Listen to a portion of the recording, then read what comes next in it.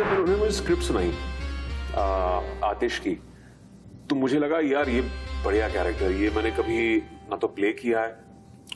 उसके अलग अलग फेजेस हैं। मुझे लगा कि यार बस इसके बाद थोड़ा ठीक है, कामयाबी मिल रही है, लेकिन मुझे कुछ नया करना है, कुछ अलग करना है। तो यही दो चीजें होती है ना, एक तो तारीफ जितनी मिले उतनी कम है, और कलेक्शंस वो आपको एक तरह से वैलिडेशन देती हैं कि लोग फिल्म को पसंद कर रहे हैं। यही एक उम्मीद थी कि जो आप फिल्म बनाते हैं, जो आप किरदार प्ले करते हैं, एक्सपेक्टेशंस होती हैं, स्पेशली टाइगर जैसा बड़ा ब्रांड, और लोगों की एक्सपेक्टेशंस बहुत हाई थी। उस पर आप एक तरह से खरी उतरी है पूरी जो हमने मेहनत की है, मनीष की जो मेहनत, सलमान, कटरीना, YRF के जो पूरे क्रू ने मेहनत की, और 2 साल से शूटिंग चालू है फिल्म की,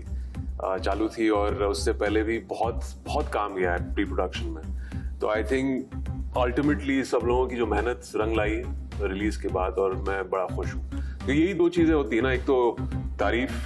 जितनी मिले उतनी कम है,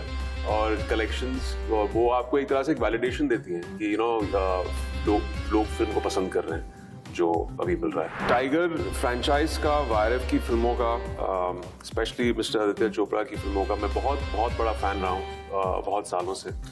और एज ए एक्टर यही चाहते हैं आप कि आप अच्छे लोगों के साथ काम करें, एक सेटिस्फैक्शन मिलती है, एक सिक्योरिटी मिलती है, क्योंकि आप जानते हैं कि अगर आप YRF की फिल्म कर रहे हैं तो आपको पता है कि प्रेजेंटेशन अच्छा होगा, उसकी कहानी अच्छी होगी, मार्केटिंग फिल्म की अच्छी होगी, और अल्टीमेटली ऑडियंस को वो एक एक्सपीरियंस मिलेगी एक YRF फिल्म के जरिए।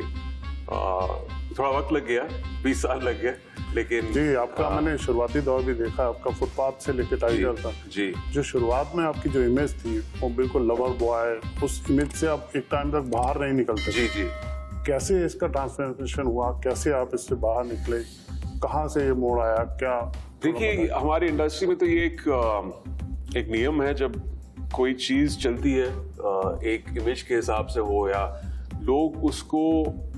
उस हद तक लेके जाते हैं जहां तक उसको पूरी तरह से निचोड़ नहीं दे। तो मेरे साथ भी ऐसे ही हुआ था, एक इमेज था और वो अपना एक पर्पस सॉल्व कर रहा था, फिल्में चल रही थी टचवुड,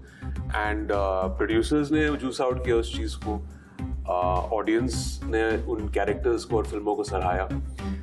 लेकिन मुझे लगा कि यार ये आई थिंक 2012 की बात है, 2013 की बात, मुझे लगा कि यार बस इसके बाद थोड़ा ठीक है, कामयाबी मिल रही है, लेकिन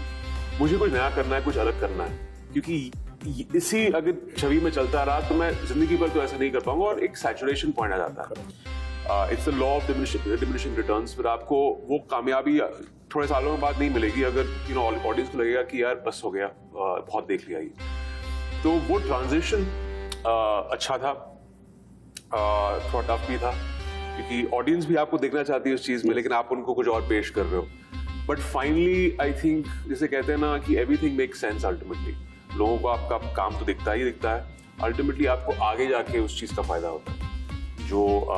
आई बिलीव मुझे अब हो रहा है। टाइगर के लिए मुझे याद है शानू शर्मा ने शायद आपसे अप्रोच किया था जी। कैसे आपके टाइगर के लिए? तो ये एक्चुअली लॉकडाउन के बाद की बात है, लॉकडाउन तभी खुला था कोविड के बाद, और मुझे याद है कि शानू का मैसेज मिला, शानू शर्मा जो YRF की कास्टिंग हेड है, तो उन्होंने कहा कि would you want to come and have a coffee with Manish Sharma, we doing something special. और मैंने मनीष की फिल्में देखी थी, मैं उनका बहुत बड़ा फैन था, सो आई सेड व्हाई नॉट। अगले दिन यहाँ आ गया YRF में, और मनीष ने मुझे कहा कि पहले सिर्फ यही चीज कही कि we are looking at casting for the antagonist for the next Tiger. मैं ऑनेस्टली थोड़ा सा स्केप्टिकल था, because when you hear the word antagonist, आपको एक प्रीकंसीव नोशन आपके दिमाग में आता है, and I have generally played all grey characters होंगे, लेकिन अलग किस्म के कैरेक्टर्स प्ले किए। लेकिन जब उन्होंने मुझे स्क्रिप्ट सुनाई आतिश की, तो मुझे लगा यार ये बढ़िया कैरेक्टर, ये मैंने कभी ना तो प्ले किया है, उसके अलग अलग फेजेस हैं लाइफ के, ज्यादा नहीं देना चाहता हूं मैं, लेकिन बहुत सारे ऑडियंस मेंबर्स हैं जिन्होंने देखा नहीं होगा ये,